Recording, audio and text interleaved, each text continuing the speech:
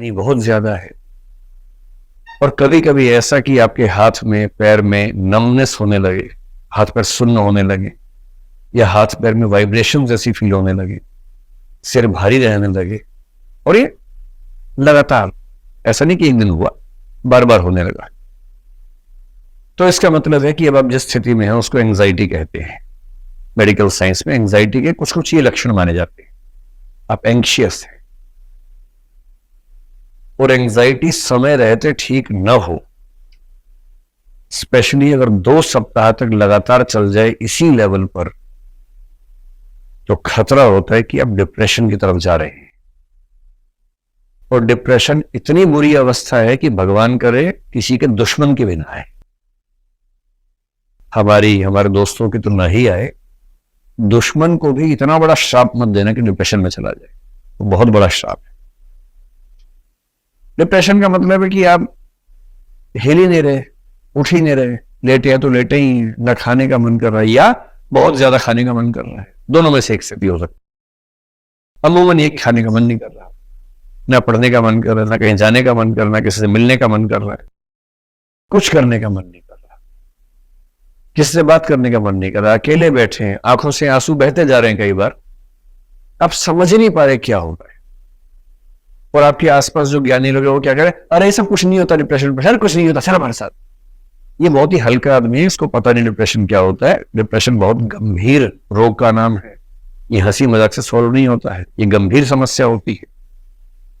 और आप लोगों की उम्र में इसके चांसेस थोड़े ज्यादा इसलिए होते हैं, एक तो आप लोगों की उम्र ऐसी है कि ये उम्र दोस्ती प्यार मोहब्बत वाली उम्र है। इसी समय आपके सामने सबसे बड़ी जिम्मेदारियों का बोझ भी है, सफल होना है, परिवार को सेटल करना है। ये क्राइसिस है, ये युवा जीवन में क्राइसिस रहता है। फिर आपके हार्मोन्स सभी ऐसे जो उछलते बहुत ज्यादा हैं। जब आप 30-35 के हो जाएंगे तो हार्मोन्स आपके उछलेंगे कम, हल्का हल्का ऐसे ऐसे होते हैं, अभी ऐसे ऐसे होते हैं। जब हार्मोन्स यूं यूं उछलते हैं तो परेशान करते हैं। ये आप नहीं चाह रहे, ये आपकी बायोलॉजी है। मतलब एक बड़ी सुंदर किताब है, it's not you it's your biology. जो आप है वो आप नहीं, आपकी जैविकी है, आपके हार्मोन्स आपको वैसा बना रहे जैसे आप हैं। तो इस उम्र में उछल कूद मचाना बहुत नॉर्मल बात है। इस उम्र में वो हार्मोन्स आपको परेशान ज्यादा करते हैं, स्वाभाविक सी बात है।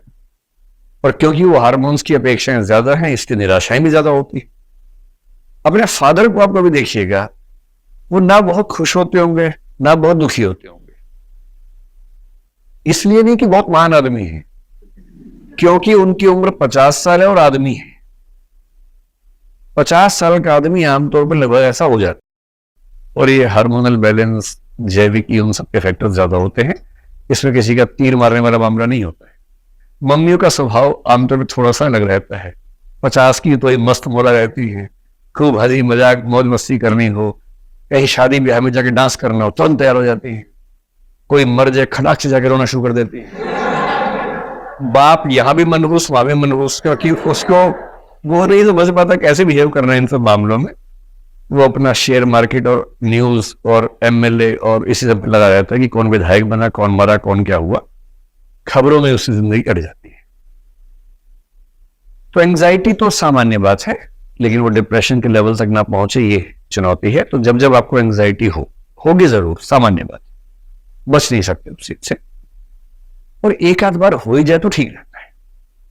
एक आध बार मुझे खुद हुई थी एक बार, और 1.5 साल तक रही, दवाइयां खानी पड़ी, उसके लिए गंभीर समस्या हो गई थी। फिर ठीक हो गया। मुझे कारण पता था, वो कारण जैसे दूर किया तो 5-7 दिन में दवाई छूट गई। उसके बाद से मैं एकदम मस्त हूं, उसका फायदा बड़ा हुआ। 1.5 साल तक दवाइयां खा के एंजाइटी से निकलने में बड़ी दुविधा तो थी, और उसका फायदा यह हुआ कि उसके बाद से कुछ भी हो जाए मुझे एंजाइटी होती नहीं। कहते हैं ना, बिना मरे स्वर्ग नहीं मिलता है।